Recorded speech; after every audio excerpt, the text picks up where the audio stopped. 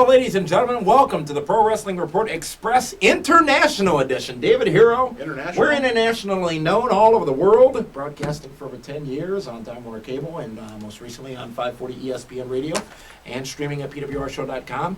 Well, we get a lot of emails from you from across the pond, all over, up, under, down, under, and now we're going to dedicate an episode of PWR Express to our emailers from all over the world. So firstly, let's take a trip to the United Kingdom, Dave Hero. The UK. Mark from the UK says, what'd you say? Home of Rob Terry. Really? Well, I think so. That's what Penzer says. This is actually an interesting story. We had a caller a few weeks back on the Pro Wrestling Report radio show on 540 ESPN that told a little bit about their personal story in wrestling. And this emailer by the name of Mark from the UK wanted to say this. I started watching wrestling when I was 8 and loved the Attitude Period. After a few years, I stopped watching to move on with my life. Unfortunately, when I went to college, I constantly got bullied at school and outside my house. Due to this, I slowly got back into the routine of watching, and it helped me enormously when in hard times. I am now in a new college and is happily watching WWE, in particular Raw, and love TNA before the main event Mafia. Thank you guys. You feel like family. Mark. How about that? Who do you think was like, the guy that made it easier for him? Let's go with Stone Cold. Yeah. I would have picked The Rock. Because he's just the coolest guy in wrestling. You're a Mark for The Rock. You know what? Did you enjoy him on the SmackDown 10th anniversary show? I thought he was amazing. You know what? The wrestling needs The Rock back. There's no question about it. The Rock doesn't need wrestling. No, back, he does not. That's he has the disconnect. Disney. That's all he needs is Disney. Let's go now to Northern Ireland. Chris Hammers sends us in. Around 1993, WWF and All Japan Pro Wrestling did a show in Japan that had some pretty real good matches on it. Bret Hart versus Tiger Mask 2, Hulk Hogan versus the Great Muta, in my opinion, which in my opinion was one of Hogan's greatest matches in terms of match quality. Absolutely no doubt about that. My question is, do you see WWE ever doing another show like that? I've always wanted to see Great Muta versus The Undertaker or Kento Kobashi versus Shawn Michaels, but it seems they will just remain fantasy matches. I don't think it'll ever happen. I think that Vinnie Mac has made his brand, his company, to the point where they don't need anybody else. And they are trying to enter the Japanese market as WWE as well. Yeah, they don't have to partner up with anybody anymore. Do you think they'd be well received as WWE in Japan? Because in Japan, what a lot of you may not know, wrestling is a sport and is covered as such. Big matches get front page coverage in the newspapers, and if you've ever watched Japanese wrestling, you'll see an entirely different level of respect and admiration from the fans to the wrestlers. I mean, that's polite golf clapping for the most part. People don't scream, they don't yell, they don't bring signs, things of that nature in Japan. It's a whole different ballgame. Can the WWE, sometimes cartoonistic approach, ruin or be a detriment to them in Japan? I don't think so, because I think the Japanese fans know what they're buying as far as that ticket, who they're going to see, what they're going to get. They're going to see the $25 DX glow sticks and all that good kind of stuff. Yeah, I think that it won't be as big as it was back, what was 93 or 94 because of those dream matches, but I think that Vinnie Mac will do great over there. Thank you for that email. Continuing along our international email track, let's go to Liverpool now. Graham sends us in.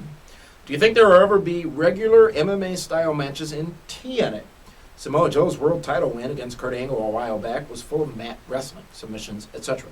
And now with Bobby Lashley on the scene, I predict seeing worked MMA matches being utilized in TNA throughout the year to try to attract the interest of casual MMA/wrestling fans.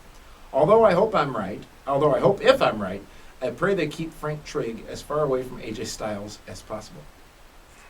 One of the rumored matches for Bound for Glory is Bobby Lashley versus Samoa Joe. That could be the worked MMA match. Could be. Eamon, whose name I say wrong, and I still don't know how. Is it? Eamon. All right. From Ireland. Are you Irish? No. Do I look Irish? Sends this in. Both, question, the subject rather, is AJ Styles or Jeff Hardy. Both men sort of had their rise to glory and fame this year, but who, as an overall performer, is the best between the two? Interesting comparison. AJ Styles or Jeff Hardy, who, as an overall performer, is the best between the two. My nod would go to Jeff Hardy. Overall performer. Overall performer? Overall performer. I don't wrestler? believe the question is wrestler, it's performer. You know what? I don't think it's a fair question. Because as similar as they are, both their companies are completely different. Yeah, they were both in TNA at the same time. Yeah, but Jeff wasn't Jeff when he was in TNA. Jeff was flaky. Jeff was the stuff when he was in TNA. Yeah, he was on the stuff. I mean, I think AJ Styles is a great wrestler, but if you're gonna go performer, then I'll say Jeff Hardy. Thank you very much for that email from Ireland. And let's now move on to Edmonton, Alberta, Canada. Donovan Gounder sends this in. Hey guys, just wondering about your thoughts about Samoa Joe, and do you think he has the talent to become an icon?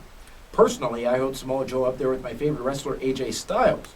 Watching Samoa Joe in the ring to me is unbelievable, and he's a lot of talent compared to the majority of the wrestlers out there. At one point, people were holding him on such a high pedestal and consider him the future of professional wrestling, but it seems as if in the last year or so his career is going nowhere. Samoa Joe. I'm one of the guys that has never understood the phenomenon of Samoa Joe. I know that he's very popular. No, the phenomenon is AJ Styles.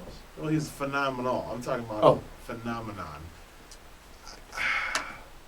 The internet, I believe, internet fans, internet marks, internet smarks, whatever you want to call them, they're the ones that have helped elevate Samoa Joe. The same way they did with Chris Benoit, the same way they did with Mick Foley. Now it's Samoa Joe's turn. I think he's a great talent. I don't know if he's going to be able to be an icon in wrestling. Thank you, Donovan from Canada. Let's go down under now. You don't have anything to say about that? In the interest of time, no. Let's go down under now. Chris from Australia. This question really dates back to when Jericho first became the undisputed champion. What was your first reaction when you saw the underdog Chris Jericho beat The Rock and Austin in the same night to become the first ever undisputed champion just 2 years in the WWE? And also, do you think there will be a future WWE wrestler to hold the WWE and World Heavyweight Championship at the same time? When Jericho won that, it was Armageddon or something. It was a December pay-per-view, Vengeance, I think it was actually in 2003, I think it was, or 2001. Who cares? Who knows? But when he did that, you sort of felt going into it, there's no chance. But the way it was set up, there was a distinct possibility it might happen. It was shocking, at least for me, to see Jericho get that push, get that time, get that rub. But unfortunately, it didn't pan out very well for Jericho in the long run, because what do you remember about WrestleMania 18? What match do you remember about WrestleMania 18? Rock and Hogan. The two matches after that, which one was a Divas match, the other was Triple H versus Jericho, nobody remembers. And that's the shame of it all. Here, you know what? When Jericho did first win it, I couldn't believe it. But looking back at it now we know why he won it. Because they booked that towards WrestleMania. You had Austin versus Scott Hall. You had Rock versus Hogan. So those two guys couldn't be undisputed. And they figured, hey, it's time to put over Triple H. The returning Triple H. Thank you for that email, Chris from Australia. David Hero, how about we go to Israel? A United States Marine actually sending this in. Love to hear it. Obviously, we appreciate all the efforts of our troops, especially when they take a little bit of time out of their busy schedule to send us an email.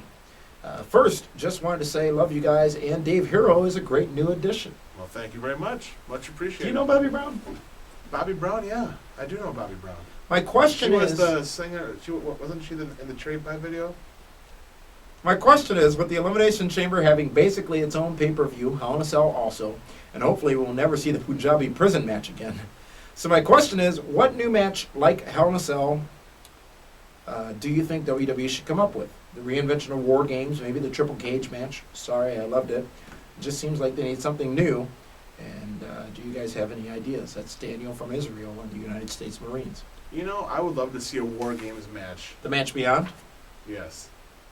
They do have Dusty. I think a War Games match would be great. Be a nice way to end the Legacy DX feud. What was the War Games match for our viewers out there? Well, the War Games was always Dusty Rhodes was always involved in it. That was the 2 rings, right? Yeah, it was the 2 rings. You know, both who did Sid almost with kill? the cages. Brian Pillman, power bomb, hit his head up on the cage, and then almost killed him that way. But it was always the Four Horsemen against like Dusty Rhodes, Nikita Koloff, and the Road Warriors, and they were violent. Yeah. I mean, those were Violent for the day. I would put those For the up time. against any match right now. Okay.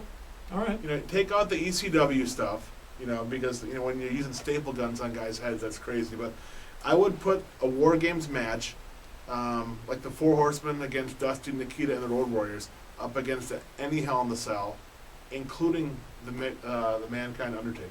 King of the Ring 98? Yeah. Wow. As violent as those bumps were that Mick Foley took, back then when the War Games first started, it was different. You never saw that stuff before. And they weren't as spectacular as the Foley bump, but impactful nonetheless. Yes. Let's go to Sydney, Australia. Jimmy sends us in.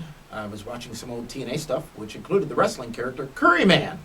And I knew the man behind the mask was Christopher Daniels. My question is, I knew a character like CurryMan could never last, so was it a smart move on Daniels' behalf to be CurryMan, even though we all know it would waste a year and a half time when he could be investing that same amount of time in becoming a real star in TNA? Well, I think he is a real star in TNA, but let's face it, the reaction CurryMan got is better than any reaction Daniels has gotten lately. Yeah. And CurryMan was marketable. Oh, they dropped What the I mean ball. by that is there's so much that could have been sold. They didn't sell masks. Konnichiwa! They didn't sell T-shirts. I mean, yeah. It was awesome. It was a great gimmick. It was awesome. It was a great gimmick. And I think the little bump they got from bringing Daniels back was not worth it. Because initially, there was a little bit of a pop there, but now... Well, look what you've done with him since then. You've done nothing with him. Well, he was suicide and...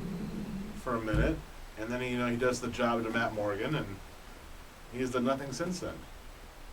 Thank you for that email from Sydney, Australia. Let's go to Belgium, Dave. Thomas sends us in. I just wanted to ask, what's the point of having an I Quit match between Cena and Orton when you're not pretending it was even an I Quit match? I guess an I Quit match just means I quit the match these days. Well, isn't that what it's supposed to be? I It's not an think so, Thomas.